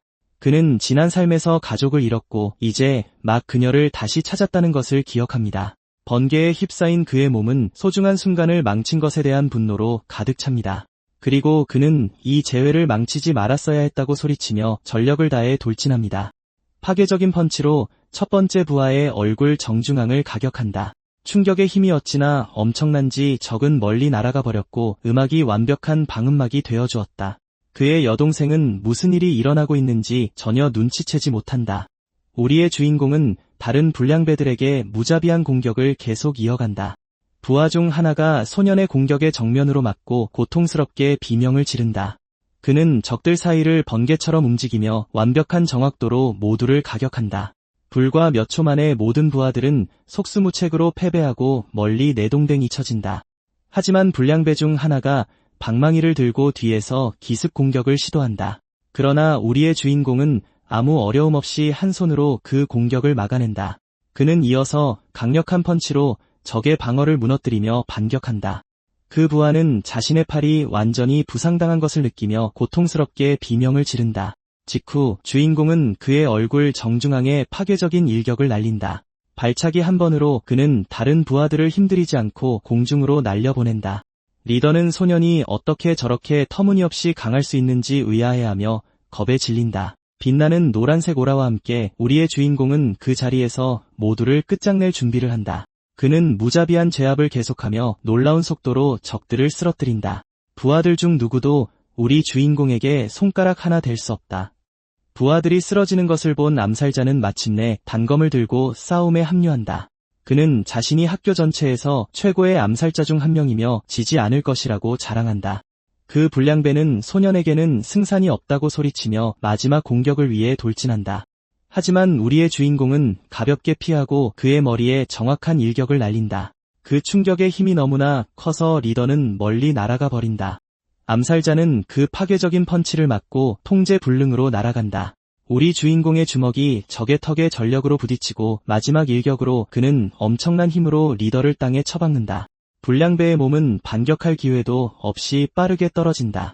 그리하여 리더는 완전히 패배한 채 골목 바닥에 처박힌다. 땅에 누워있는 리더는 무서운 거꾸로 된 그림자가 자신에게 다가오는 것을 본다. 그 형체는 이내 빛나는 붉은 눈으로 그를 쳐다보는 우리 주인공임이 드러난다. 차가운 시선으로 그는 더 이상 자신을 귀찮게 하지 말라고 이미 경고했다고 말한다. 그러고는 화를 내며 그 불량배가 사람 말을 못 알아듣냐고 묻는다. 그 남자는 고통에 울부짖으며 결국 랭크 테스트가 틀리지 않았다는 것을 깨닫는다. 우리 주인공은 그를 꽉 붙잡고 닥치라고 말하며 그의 얼굴에 칼날을 들이댄다. 불량배는 완전히 공황에 빠진다. 소년이 정말로 그런 짓을 할 것이라는 것을 보고 끔찍한 기운이 그를 감싸자 리더는 그가 어떤 삶을 살아왔는지 궁금해한다. 우리 주인공은 그 남자에게 다음 말을 잘 들으라고 말한다. 그는 다시는 감히 여동생의 안전을 위협하지 말라고 경고하며 만약 그들이 그녀 앞에 다시 나타난다면 죽일 듯한 눈빛으로 일말의 망설임도 없이 그들을 모두 사라지게 만들겠다고 맹세한다. 불량배는 여전히 얼굴에 칼날이 눌린 채 공포에 얼어붙어 있다. 경고를 마친 후 그는 단검을 옆으로 던져버리고 그 남자를 뒤로 한 채 떠난다. 한편 음악은 그의 여동생을 감정적으로 만들고 그녀는 왜 울고 싶은지 의아해한다. 소녀는 불과 며칠 사이에도 오빠가 많은 일을 겪은 것 같다고 느낀다. 그러면서 그녀는 자신이 항상 그의 곁에 있었기 때문에 그가 혼자가 아니라고 생각한다. 그러고는 이어폰을 빼고 그런 속임수를 쓴다며 그가 정말 짜증난다고 소리친다. 우리 주인공은 미소를 지으며 돌아서서 그녀에게 작은 선물 상자를 건넨다. 그는 상자를 열어 황금펜을 보여주며 시영을 위한 선물이라고 말한다. 소녀는 최첨단 아트맨 홀로그램 핀을 알아보고 입을 떡 벌린다. 그녀는 그 물건이 1만이 넘는데 어디서 돈이 났냐고 묻는다. 젊은 여성은 선물이 너무 비싸다고 생각하며 돌려주고 싶어 하지만 그는 과거를 회상한다. 다친 손으로 그는 이번 새로운 삶에서는 그녀의 모든 것을 지키겠다고 맹세한다. 한편 땅에 쓰러져 있는 불량배들은 유료 지원을 애원하지만 소용없다. 나중에 집에서 그의 여동생은 밝은 분홍색 빛으로 그림을 그리며 새 펜을 시험해본다. 그녀는 공중의 홀로그램 이미지를 너무나 쉽게 만들어내는 것에 감탄한다. 우리 주인공은 더할 나위 없이 행복하게 국수를 먹으며 그녀의 요리가 세상 최고라고 말한다. 하지만 소녀는 아직 집세를 내야 하는데 너무 많은 돈을 썼다며 그를 꾸짖는다. 그는 이미 1년치 집세를 선납했다고 말하며 그녀를 놀라게 한다. 소녀는 친구와 사업 파트너십을 맺었다는 어설픈 변명을 한다. 그의 여동생은 거짓말에 속지 않고 그가 이제 자신에게 비밀을 숨기고 있다는 것을 깨닫는다. 하지만 자세히 살펴보니 그녀는 오빠의 얼굴에서 무언가 다른 점을 발견한다. 그녀는 그에게서 그렇게 행복하고 진실된 미소를 본 지 오래되었다는 것을 깨닫는다. 그러면서 그녀는 걱정스러운 표정으로 그에게 다가가 그의 어깨에 손을 얹는다. 젊은 여성은 그에게 무슨 일이 있더라도 너무 무리하지 말라고 부탁한다. 우리 주인공은 그저 미소 지으며 고개를 끄덕여 가족을 안심시킨다. 다른 곳에서는 불량배 리더가 병원에서 중상을 입었으며 최고의 힐러조차도 한 달 안에 그를 완전히 회복시킬 수 없다고 보고한다. 학생회장은 그 녀석이 우리 주인공을 건드렸다가 이렇게 된 것에 놀란다. 한 여성이 그 불량배가 졸업평가에 빠지게 될 것 같다고 말하지만 회장은 그가 팀의 짐만 될 뿐이었으니 상관없다고 말한다. 갑자기 한 나이 든 남자가 도련님과 이야기하기 위해 방으로 들어온다. 이 사람은 각성자 국립대학의 취업지도 부장인 공시환이다.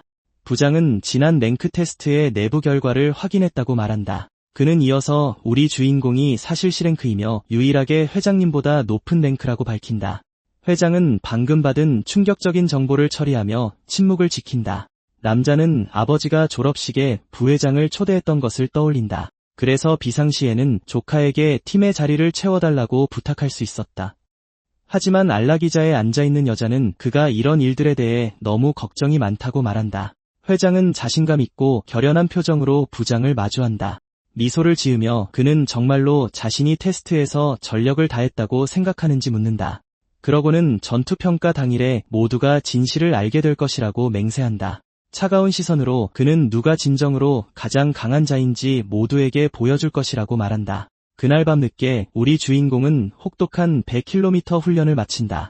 샤워를 하며 그는 돈 문제가 해결되었으니 모든 것이 순조롭게 진행되고 있다고 생각한다.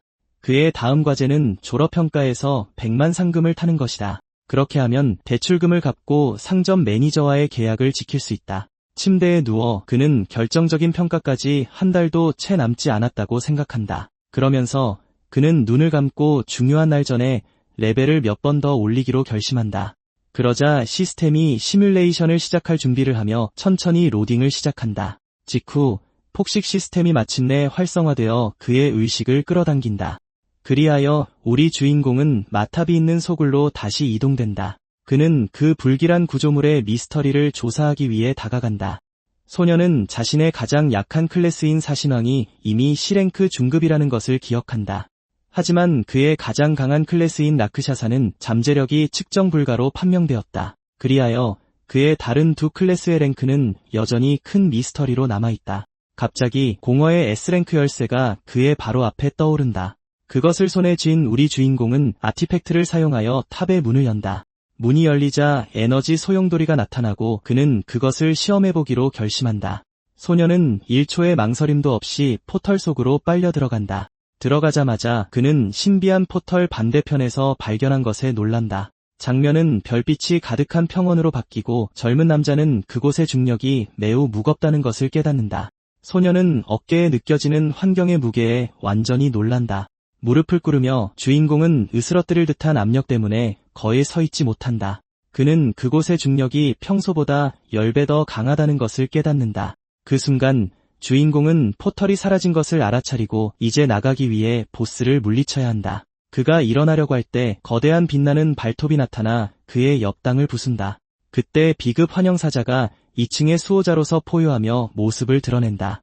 시스템이 재빨리 클래스 전환을 시작하고 그의 몸 주위로 노란 번개가 휘몰아치기 시작한다. 전환이 완료되자 청년은 전투 준비를 마친 레벨 10의 전기 암살자가 된다. 하지만 마수는 기다리지 않고 혼신의 속도로 청년에게 돌진한다. 몸이 무겁게 느껴졌음에도 불구하고 주인공은 강화된 반사신경으로 돌진을 간신히 피한다. 재빨리 반격을 시도하지만 소녀는 무게 때문에 움직임이 너무 느리다는 것을 느낀다. 그 때문에 공격은 마수를 스쳐 지나갔고 그는 몬스터의 급소를 맞추지 못한다. 그 순간 주인공은 충격에 휩싸인다. 적에게 결정적인 공격을 놓쳤다는 것을 깨달은 것이다.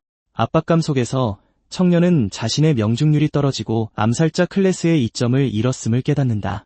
마수는 맹렬히 포효하며 주인공에게 단 1초의 쉴 틈도 주지 않고 계속해서 다가온다. 그는 싸움에서 살아남으려 애쓰면서 탑 안의 모든 몬스터가 이렇게 강력한지 궁금해한다. 바로 그때 시스템이 연옥 나찰 클래스를 활성화하여 젊은 전사의 모습을 완전히 바꿔놓는다. 이 새로운 힘으로 주인공은 힘과 체력에 엄청난 보너스를 얻어 육체적 도전에 맞선다. 주인공은 마수에게 파괴적인 일격을 날리며 이제 전세가 역전되었음을 보여준다. 그와 함께 그는 중력 축적 능력을 사용해 펀치 한 방으로 사자를 땅에 처박아 버린다. 그 충격력은 타격의 위력을 600% 이상 증가시켰다. 이 고중력 환경에서 그의 펀치 위력은 60배나 증폭된다. 마수는 자신이 받고 있는 압도적인 공격의 힘에 완전히 절망한다. 마수는 저항하며 소년이 자신을 막을 수 없을 거라 소리치지만 결국 사자는 버티지 못하고 3중 중력 초중량 재앙에 휩쓸린다. 파괴적인 공격 후 청년의 손은 만신창이가 되었고 그는 숨쉬기조차 힘들었다. 분화구에 누운 채 그는 승리의 보상으로 환영사자의 뼈를 얻었음을 확인한다. 1200의 경험치를 얻어 주인공은 마침내 11레벨로 올라선다. 그때 화면에 클래스 카드의 별 하나가 능력치 배수를 나타낸다는 설명이 나타난다. 그는 자신의 클래스들을 비교하며 나찰이 전기 암살자보다 더 강하다는 것을 깨닫는다. 이 모든 힘에도 불구하고 그는 자신의 클래스 중 어느 것도 아직 B급에 도달하지 못했다는 것을 깨닫는다. 주인공은 전투가 끝난 후부터 계속 신경 쓰이던 것에 대해 생각하기 시작한다. 그는 몬스터를 쓰러뜨린 후에 포식 선택지가 나타나지 않았는지 의아해한다. 게다가 다음 층으로 가는 관문 또한 지도 어디에도 나타나지 않았다. 겁에 질린 표정과 함께 끔찍한 가능성 하나가 주인공의 마음속을 스쳐 지나간다. 갑자기 별이 빛나는 하늘에 작고 어두운 포털이 서서히 형성되기 시작한다. 포털은 빠르게 확장되어 허공 한가운데에 거대한 검은 균열이 된다. 포털의 어둠 속에서 여러 쌍의 빛나는 눈동자가 그를 쏘아보고 있었다. 그 순간 그는 2층의 진정한 보스가 아직 나타나지 않았다는 것을 깨닫는다. 포털은 사자 무리를 쏟아냈고 주인공은 자신이 쓰러뜨린 마수가 일반 몬스터에 불과했다는 사실을 깨닫는다. 마수 중 하나가 재빨리 달려들어 맹렬히 공격하며 그의 손에 부상을 입힌다. 다른 사자들이 즉시 그를 둘러싸고 사방에서 무자비하게 공격하자 청년은 탑에서 그를 기다릴 끝없는 고통에 대한 나찰의 경고를 떠올린다. 과거 그 마수의 목소리는 더 강해지기 위해 모든 것을 견뎌내야 한다고 계속해서 말하고 있었다. 만신창이가 된 얼굴로 청년은 자신에게 닥치는 모든 시련을 이겨내야 함을 깨닫는다. 갑자기 그는 침대에서 숨을 헐떡이며 잠에서 깨어난다. 모든 것이 악몽이었음을 깨달은 주인공은 여전히 충격받은 채 침대에서 일어나 그 생생했던 꿈을 되새긴다. 그는 몸을 더듬으며 마치 모든 것이 현실이었던 것처럼 전투의 환상통을 느낀다. 하지만 주인공은 이 잔혹한 세상에서 강해지는 데에는 지름길이 없다는 것을 이해한다. 장면은 대학 강당으로 바뀌고 그곳에서는 졸업평가가 막 시작되려 한다. 객석에는 취업지원처장인 공시안이 모든 것을 유심히 지켜보고 있다. 몇몇 학생들은 길드 연합의 고위 관계자들이 시험을 보러 왔다고 말한다. 한 학생은 그제야 올해 시험 규칙이 변경된 이유를 깨닫는다. 그는 이제 각 팀에 5명의 팀원이 필요하며 그중 1명은 반드시 2급 이상이어야 한다고 설명한다. 바로 그때 사회자가 마이크에 대고 헛기침을 하며 모두의 이목을 집중시킨다. 그는 학생들의 랭크 정보가 각자의 시계로 전송되었다고 발표한다. 그 말에 모든 학생은 손목을 보며 홀로그램 목록을 활성화한다. 목록에는 예상대로 학생회장 공팅이 최상단의 이름과 랭크를 올리고 있었다. 하지만 안경을 쓴 한 소년이 목록에서 무언가를 보고는 충격을 받으며 말도 안 된다고 말한다. 목록맨 아래 주인공의 이름이 2급 최하위로 분류되어 있었다. 이에 그의 안경 쓴 친구는 충격을 받으며 어떻게 그가 그렇게 낮은 등급일 수 있는지 의문을 표한다.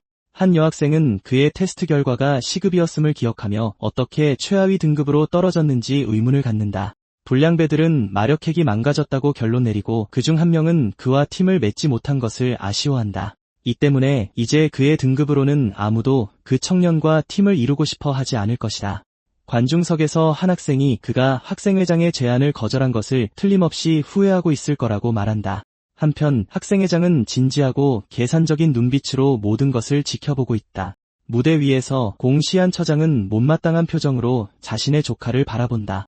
그는 자신의 한심한 조카가 아직도 진정한 힘을 사용하는 법을 배우지 못했다고 생각한다.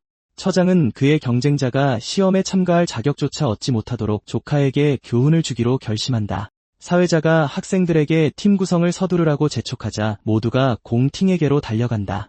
수많은 학생들이 학생회장의 팀에 들어가기 위해 필사적으로 애원한다. 자신이 훌륭한 힐러라고 말하는 여학생처럼 여러 명이 자신의 능력을 어필한다. 팀원 중 1명이 팀의 남은 자리는 단 하나뿐이라며 군중에게 물러나라고 소리친다. 30분 후 마침내 여러 팀의 구성이 성공적으로 완료된다. 다른 팀들이 축하하는 동안 주인공과 그의 친구들은 한쪽 구석에 고립되어 있다. 주인공의 그룹은 낮은 랭크 때문에 아무도 합류하려 하지 않아 낙담하고 있다. 그들은 팀원이 부족해서 시험에 참가할 자격조차 얻지 못할까 봐 걱정한다. 그의 친구 중 1명이 화를 내며 그의 실력이 최하 등급일 리가 없다고 말한다. 주인공은 그제야 규칙이 자신들의 기숙사를 겨냥해 특별히 만들어졌다는 것을 깨닫는다. 전투평가는 학생들에게 큰 기회이며 팀 점수가 모두의 미래를 결정한다. 게다가 소굴에 나타나는 몬스터의 수는 각 팀의 인원수에 따라 정해진다. 따라서 팀원이 많다고 해서 시험이 끝났을 때 더 높은 점수를 보장하는 것은 아니다. 그럼에도 불구하고 가장 강한 학생들은 서로 팀을 이루고 학교에서 가장 약한 이들과는 아무도 팀을 맺고 싶어 하지 않는다. 이 교착 상태를 지켜보던 한 여학생이 다가와 주인공의 친구 중 1명인 상조를 부른다. 그녀는 자신의 팀에 딱 1명이 부족하다며 약골들과 함께 남지 말고 자기 팀으로 오라고 그를 초대한다. 주인공은 이대로 가다간 그들 셋은 분명히 낙오될 것이라는 걸 안다. 그렇게 되면 그들은 경쟁할 권리를 잃고 모든 훈련은 수포로 돌아갈 것이다. 그의 룸메이트는 소녀에게 사과하며 정중하게 그녀의 제안을 거절한다. 그는 끝까지 함께하기로 약속했기 때문에 친구들을 버리지 않을 것이라고 말한다. 다른 그룹은 거절에 격분하며 도움을 받아주지 않는 그를 배은망덕한 놈이라고 부른다. 팀 목록을 보니 대부분의 팀은 이미 구성이 끝났고 시간은 점점 촉박해지고 있었다. 친구 중 1명은 팀원이 1명 부족한데 남은 학생은 거의 없자 공황에 빠지기 시작한다. 결연한 표정으로 주인공이 일어서자 그의 눈이 빛나기 시작한다. 그는 처장이 학생회장 공팅과 성이 같다는 것을 알아차리고 그들이 친척 관계라고 결론짓는다. 청년은 자신의 랭크와 규칙이 오직 자신들을 겨냥해 받기였다는 걸 깨닫지만 시험을 포기할 생각은 없다. 그들이 공개적으로 공격해온다면 자신도 망설일 이유가 없다고 생각한다. 클래스 전환이 완료되고 노란 번개가 그를 감싸자 그는 자신의 진짜 실력을 보여주기로 결심한다. 무대 위에서 처장과 그의 조수는 갑작스러운 힘의 폭발을 느끼고 깜짝 놀란다. 그의 친구들은 충격에 빠져 바로 여기서 변신해서 뭘 하려는 거냐고 소리친다. 각성자 아카데미에는 언제든 1대1 대결을 신청하는 특별한 전통이 있다. 결연한 표정으로 그는 이것이 자신의 진정한 힘을 보여줄 가장 직접적인 방법임을 안다. 주인공은 학생회장이 결투를 거절하지 않으리라 확신한다. 강당 건너편에서 금발의 청년은 얼굴에 자신감 넘치는 미소를 지으며 그를 마주 볼 뿐이다. 주인공은 만약 그를 이긴다면 많은 강자들이 자신의 팀에 들어오고 싶어 할 것이라는 걸 안다. 하지만 갑자기 한 여성의 목소리가 그를 부르며 아직 팀원이 필요하냐고 묻는다. 그러면서 그 소녀는 올해 졸업평가를 위해 그의 팀에 합류하겠다고 제안한다. 자신을 링 위라고 소개한 그녀는 고등학교 때 이미 D급이었으니 짐이 되지는 않을 거라고 말한다. 친구들은 턱이 빠져라 놀라며 언제부터 그가 부회장과 저렇게 가까워졌는지 궁금해한다. 학생회장마저 놀라고 그의 꼬봉은 사촌이 뭘 하는 건지 이해하지 못한다. 무대 위에서 공시한 이사는 소녀의 예상치 못한 개입에 충격과 분노를 느낀다. 그녀가 걸어가자 다른 학생들은 그녀가 신성 왕국에서 온 영재라고 수군거린다. 그러자 이사가 그녀의 이름을 부르며 교환학생이라 시험에 참가할 수 없다고 말한다. 그는 그녀가 공식 시험을 본 적이 없으므로 참가하면 규정을 어기게 될 것이라고 말을 잇는다. 갑자기 학장이 보라색 기운을 내뿜으며 나타나 이사의 말에 동의한다. 공시한 자신도 학교의 최고 실력자가 왜 나타났는지 의아해하며 놀란다. 그 노인은 젊은 여성에게 다가가 A 소동에 끼어드는지 묻는다. 주인공은 학장의 클래스가 전사인데 어떻게 순간이동했는지 혼란스러워한다.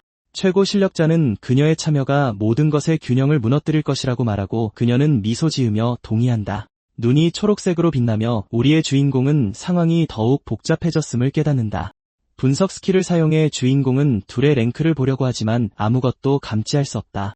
이에 공주한 이사는 학장에게 동의하며 학교는 항상 규칙을 따라왔다고 말한다.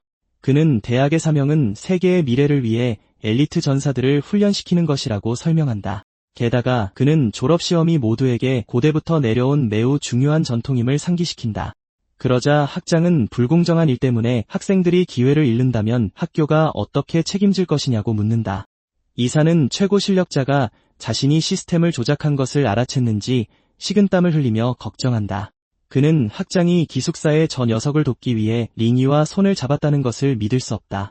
상황을 본 남자는 상사와 싸울 가치가 없다고 생각하며 물러서기로 결심한다. 그리고는 조카에게 라이벌의 팀이 약하니 승리는 확실하다고 말한다. 마음을 바꾼 이사는 학장에게 동의하며 새로운 규칙은 자신들의 실수였다고 말한다. 이와 함께 그는 5명 미만의 팀도 시험에 등록할 수 있다고 선언한다. 즉시 그룹의 시계가 빛나고 팀 구성이 성공적으로 확인된다. 친구들은 기쁘게 축하하며 주인공을 팀주장으로 정한다. 학장은 소녀에게 소년에 대한 그녀의 관심이 자신이 상상했던 것보다 크다고 말한다. 한쪽에는 역사상 가장 강한 팀이 있고 다른 쪽에는 최하위 랭크 학생 3명이 있다. 그러자 노인은 미소를 지으며 그들이 시험을 위해 어떤 악마의 소굴을 선택할지 궁금해한다. 한 교사가 이제 주장들이 팀이 상대할 소굴을 선택할 수 있다고 설명한다. 갑자기 교사는 알림을 받고 한 팀의 속도에 놀란다. 다른 학생들은 우리 주인공의 팀이 이미 선택을 마친 것을 보고 충격을 받는다. 한 학생이 그들이 그곳을 선택했다는 것을 믿지 못하며 공황 상태로 소리친다. 예. 사이천의 동료들은 완전한 공황 상태에 빠져 당장 선택을 취소하라고 소리치기 시작한다. 모든 외침에도 불구하고 젊은이는 침착함을 유지하는 반면 다른 사람들은 그가 완전히 정신이 나갔는지 묻는다. 그 순간 시스템은 졸업시험이 실제 악마의 소굴에 처음으로 맞서는 것이라고 설명한다. 점수를 얻기 위해 학생들은 모든 일반 몬스터와 그곳을 이끄는 강력한 주인을 물리쳐야 한다. 추가로 1시간 안에 도전을 완료하면 팀의 최종 점수에 20점의 추가 점수가 주어진다. 우리는 각 난이도마다 최종 우승자를 결정하기 위한 다른 배수가 있다는 것을 보게 된다. 이 논리에 따르면 왕급 2랭크 소굴을 선택하면 이론적으로 참가자에게 최대 100점을 부여할 수 있다. 모든 팀 중 가장 높은 점수를 얻는 팀은 명망 높은 황실길드에 가입할 수 있는 직접적인 초대장을 받게 된다. 그룹의 최고 선수는 관리직과 100만 코인의 상금을 받는다. 이 말을 듣고 학생들은 학교 기록이 90점이며 2랭크 소굴은 매우 위험하다는 것을 기억한다. 라이벌 팀을 보며 모두가 공팅의 그룹이 그 역사적인 기록을 깰 좋은 기회를 가졌다고 말한다. 갑자기 시스템이 제출이 접수되었다고 발표하고 안경 쓴 소녀는 그 속도에 놀란다. 패널을 뚫어지게 쳐다보던 소녀는 주인공의 팀이 가장 먼저 제출했다는 사실에 충격을 받는다. 그 순간 모두가 주인공이 D랭크 소굴에 도전하기로 선택했다는 것을 알게 되고 방은 완전한 침묵에 휩싸인다. 시스템이 다른 팀원들의 승인을 기다리는 동안 화면이 빛나며 대담한 선택의 확인을 보여준다. 소리치며 학생들은 아무도 그 레벨의 장소를 클리어한 적이 없으며 그가 버튼을 잘못 눌렀을 거라고 말한다. 주인공의 친구가 그의 셔츠를 잡고 그가 방금 선택한 위험을 조금이라도 아는지 필사적으로 묻는다. 완전히 절망한 그의 룸메이트는 바닥에 주저앉아 울며 이 미친놈의 팀에 들어오게 됐는지 한탄한다. 바로 그때 각자의 손목에서 확인 알림이 빛나며 이 불가능한 임무를 진행할 것인지 묻는다. 땀 흘리는 얼굴로 젊은이는 D레벨 소굴은 자신들의 수준을 완전히 벗어났으니 다시 생각해달라고 주장에게 간청한다. 진지한 표정으로 주인공은 심사숙고했으며 자신의 결정을 번복하지 않을 것이라고 확인한다. 바로 그때 시스템은 학생회장의 팀도 D랭크 소굴을 선택했음을 보여준다. 라이벌 그룹의 선택은 모든 멤버가 즉시 도전을 수락하며 확인된다. 다른 학생들은 두 팀이나 가장 어려운 레벨을 선택했다는 것을 믿지 못하며 턱이 빠진다. 우월감에 찬 표정으로 회장의 팀은 올해 졸업시험이 아주 거칠 것이라고 말한다. 라이벌 그룹의 소녀 중 한 명이 주인공들을 비웃으며 흉내쟁이 패배자 놈들이라고 부른다. 한편 주인공의 그룹은 아무도 지지해주는 사람 없이 방구석에 고립되어 있다. 불량배들은 그의 팀이 시험이 시작되기도 전에 무너질 것이라며 계속해서 비웃는다. 모든 조롱에도 불구하고 안경 쓴 친구는 생각에 잠긴 표정으로 주인공을 빤히 쳐다본다. 그는 친구에게서 새로운 힘의 기운을 느끼고 대학 시절 항상 그의 보호 아래 있었다는 것을 기억한다. 눈을 빛내며 젊은이는 마침내 자신의 룸메이트가 더 이상 예전의 그 사람이 아니라는 것을 깨닫는다. 그리고 그는 확인 버튼을 누르며 함께한 4년의 세월을 생각해서 끝까지 친구와 함께하겠다고 말한다. 다른 룸메이트도 동의하며 어차피 꼴찌할 거니 별 차이 없다고 말한다. 세 번째 팀원은 친구들이 이 미친 임무를 수락한 것을 보고 충격을 받는다. 그는 자신이 기숙사장이어야 했는데 이제는 마지막으로 결정을 내리는 사람이 되었다고 불평한다. 그럼에도 불구하고 그는 어차피 졸업할 거니 전부 쏟아붓는 게 낫다고 말하며 확인한다. 이로써 주인공 팀의 등록이 완료되고 모든 멤버가 소굴에 확정된다. 그룹은 주인공 주위로 모이고 그는 자신을 믿어준 동료들에게 감사하며 그들을 바라본다. 그리고 그는 모두에게 사과하며 MVP상을 타기 위해 D랭크 소굴을 선택했다고 밝힌다. 이 말을 듣자 학생회장은 주인공이 처음부터 정상을 노리고 있었다는 것을 이해한다. 자신감 있는 미소로 주인공은 친구들에게 함께 최고 점수를 얻을 것이라고 말하지만 학생회장은 MVP상은 자신의 것이라고 선언하며 마침내 둘의 라이벌 관계가 시작된다. 안경 쓴 친구는 그 대담함에 충격을 받지만 주인공은 두려움 없이 정면으로 도전에 맞선다. 눈을 금빛으로 빛내며 라이벌은 학교 전체에서 가장 강한 자는 오직 한 명뿐이라고 단언한다. 회장팀의 멤버 중 한 명은 리더가 저런 표정을 짓는 것을 본 적이 없다고 말한다. 그 순간 두 젊은이 사이의 라이벌 관계가 마침내 모든 학생들 앞에서 드러난다. 무대 위에서 학장은 미소를 지으며 미지의 것을 두려워하지 않는 젊음이 얼마나 멋진지 말한다. 그의 옆에 있는 소녀는 젊은이가 팀을 위해 너무 어려운 소굴을 선택한 것이 지나치게 자신만만했다고 생각한다. 그러자 화면에 D랭크 소굴은 3배의 배수를 부여하며 최대 150점까지 도달할 수 있다고 설명된다. 그럼에도 불구하고 난이도는 훨씬 높으며 그룹의 현재 실력으로는 이 선택이 최선은 아니었다. 노이는 전투시험이 공식적으로 시작되기까지 보름밖에 남지 않았다는 것을 기억한다. 이 때문에 그는 그렇게 짧은 시간에 상당한 실력 향상을 이루는 것은 불가능하다고 생각한다. 다른 학생들이 시뮬레이션실에서 훈련하는 동안 그는 그저 주인공의 팀이 잘 해내기를 바란다. 장면은 학교 운동장으로 바뀌고 주인공의 그룹은 완전히 지쳐 바닥에 쓰러져 있다. 안경 쓴 친구는 모두가 훈련실에서 힘을 연습하고 몬스터와 싸우고 있다고 불평한다. 한편 주인공은 그들에게 피구, 달리기 경주, 마라톤 같은 것을 시키고 있다. 그러자 주인공은 이 시점에서 원소의 힘과 가상 전투를 연습하는 것은 무의미하다고 설명한다. 그는 실제 소굴에서 공포와 미지의 것이 닥쳤을 때 이론은 아무 소용이 없을 것이라고 말을 잇는다. 실제 전투에서 모두의 운명을 결정하는 것은 연습된 콤보가 아니라 각자의 본능이다. 이와 함께 그는 모든 체력과 속도 훈련이 몸의 본능을 날카롭게 하기 위한 것이라고 밝힌다. 그는 학교의 시뮬레이션은 거의 도움이 되지 않으며 진짜 훈련은 소굴 안에서 이루어진다고 설명을 이어간다. 젊은이는 평범한 사람들은 이런 곳에 접근할 수 없고 오직 특권층만이 가능하다고 생각한다. 한편 우리는 그의 라이벌이 실제 소굴에서 빛의 검으로 몬스터들을 파괴하며 훈련하는 것을 본다. 엘리트들은 힘의 격차를 벌리고 항상 먹이사슬의 꼭대기에 머물기 위해 할 수 있는 모든 것을 한다. 태어나는 순간부터 이 젊은이들은 모두 중 가장 강해질 운명이다. 이 때문에 그들은 평범한 사람들이 평생을 노력해도 성공하지 못하는 것들을 가지고 있다. 그러자 주인공의 친구 중 한 명이 아무것도 없는 자신들이 경쟁하기 위해 무엇을 할 수 있는지 묻는다. 주인공은 그 장벽을 깨기 위해 최고 점수로 황실 길드에 들어가야 한다고 답한다. 그의 동료들은 졸업시험이 특권층을 뛰어넘을 유일한 기회라는 것을 이해한다. 게다가 젊은이는 이것이 또한 그들 모두를 한 번에 뛰어넘을 최고의 기회라는 것을 알고 있다. 결의의 찬 표정으로 약속을 지키고 반드시 승리하겠다고 다짐한다.